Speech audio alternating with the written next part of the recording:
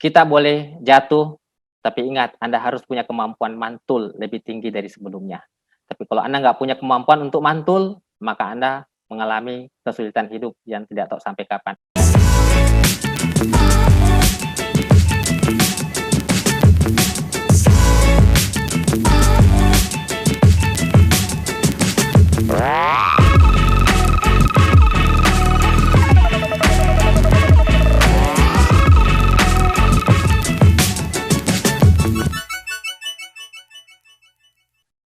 Jadi Bapak Ibu sekalian, ini saya lagi di rumah, tepatnya di Bukit Baruga Makassar ya, karena kita nggak bisa kemana-mana, maka kita bekerja di rumah saja.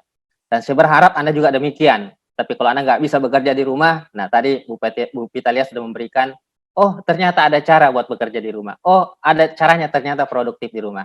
Dan insya Allah kalau Anda terbuka, ya apa yang kami nikmati, insya Allah Anda juga akan bisa rasakan.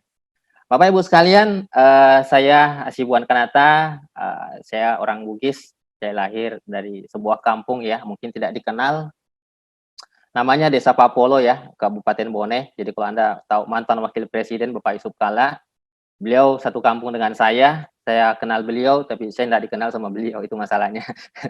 Jadi Bapak Ibu sekalian, saya ingin sampaikan kepada Anda, dalam kesempatan ini saya ingin sharing kepada Anda, kenapa sih kami menawarkan usaha ini kepada Anda.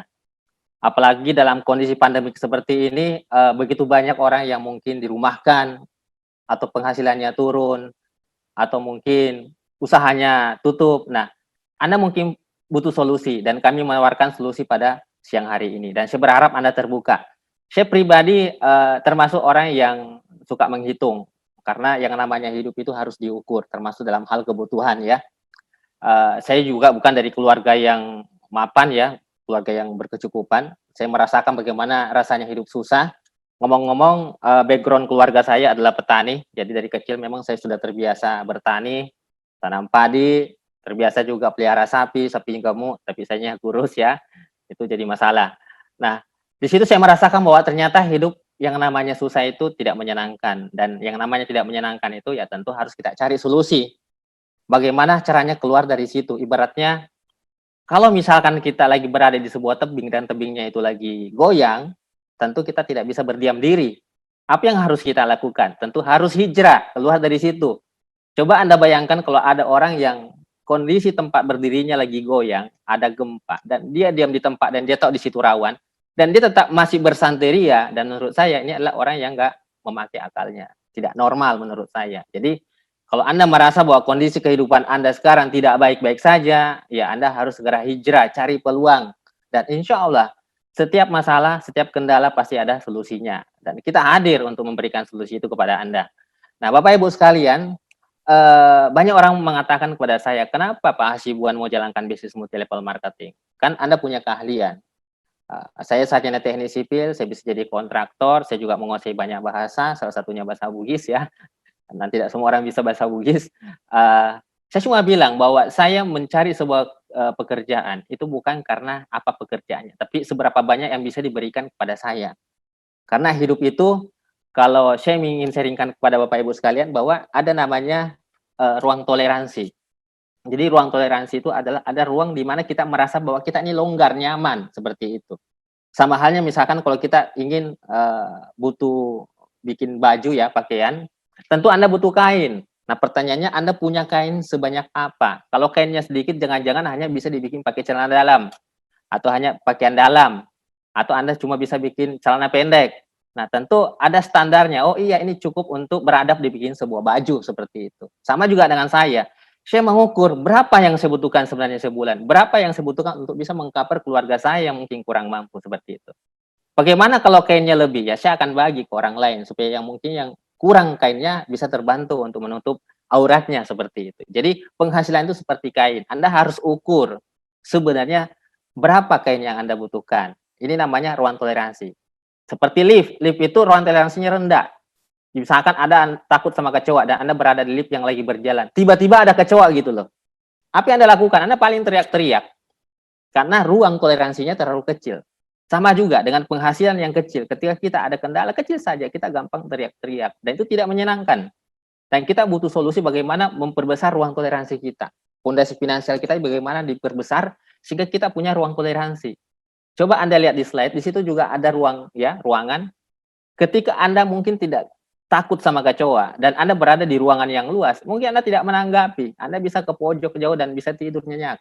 Tapi ketika ruangannya sebesar lift, itu membuat hal yang tidak perlu jadi masalah akan jadi masalah. Nah, saya baru menyadari kenapa dulu orang tua saya itu selalu marah-marah. Apakah orang tua memang marah sama saya, jengkel sama saya, benci sama saya? Ternyata tidak. Karena kami mengalami kondisi di mana punya ruang toleransi finansial itu sangat sempit sekali. Contoh, saya punya orang tua ibaratnya penghasilannya sebesar sampan ini dan yang di atasnya itu banyak yang naik gitu. Dan saya 7 bersaudara. Coba bayangkan kalau sendiri ya, itu mungkin masih aman. Bagaimana kalau 2, 3, 4, dan 7? Saya baru sadar kalau ternyata setiap kita minta sesuatu ke orang tua selalu marah. Saya ibaratkan kalau saya di atas perahu dan saya goyang-goyang sedikit, saya teriak, jangan banyak goyang, jangan banyak gaya, seperti itu. Kenapa? Karena kita bisa tenggelam.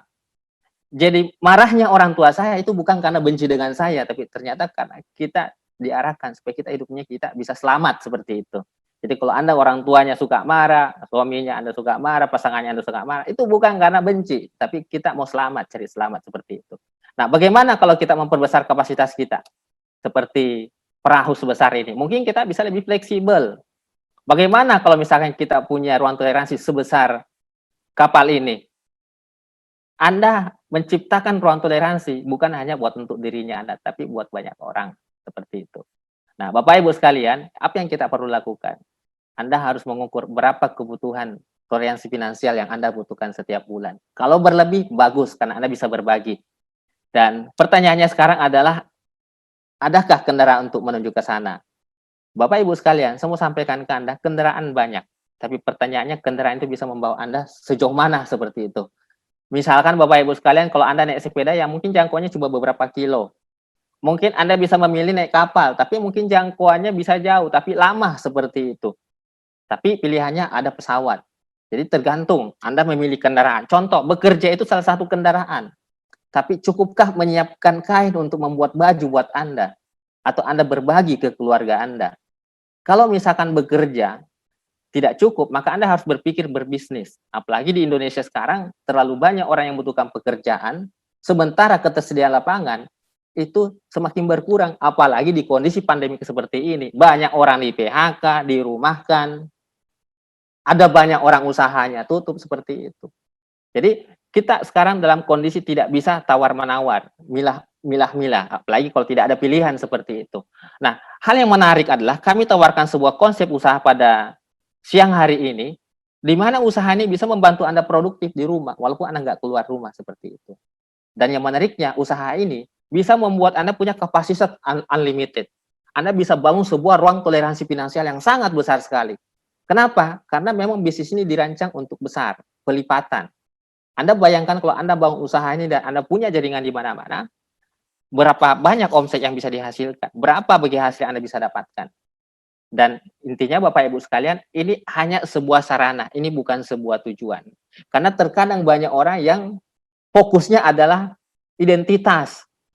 Wah, multi level marketing. Apa menariknya multi level marketing? Kalau saya tertarik, apapun itu selama halal dan saya kerjakan dan bisa banyak hasilnya, bisa banyak isinya, maka saya akan jalankan karena isinya lah yang mengenyangkan, bukan kulitnya, seperti itu.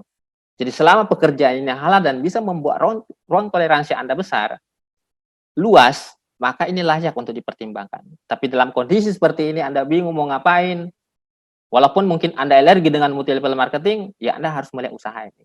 Tapi kalau ternyata Anda punya alternatif, saran saya Anda harus sukses, perjuangkan ruang toleransi Anda itu semakin besar supaya Anda bisa membantu lebih banyak orang.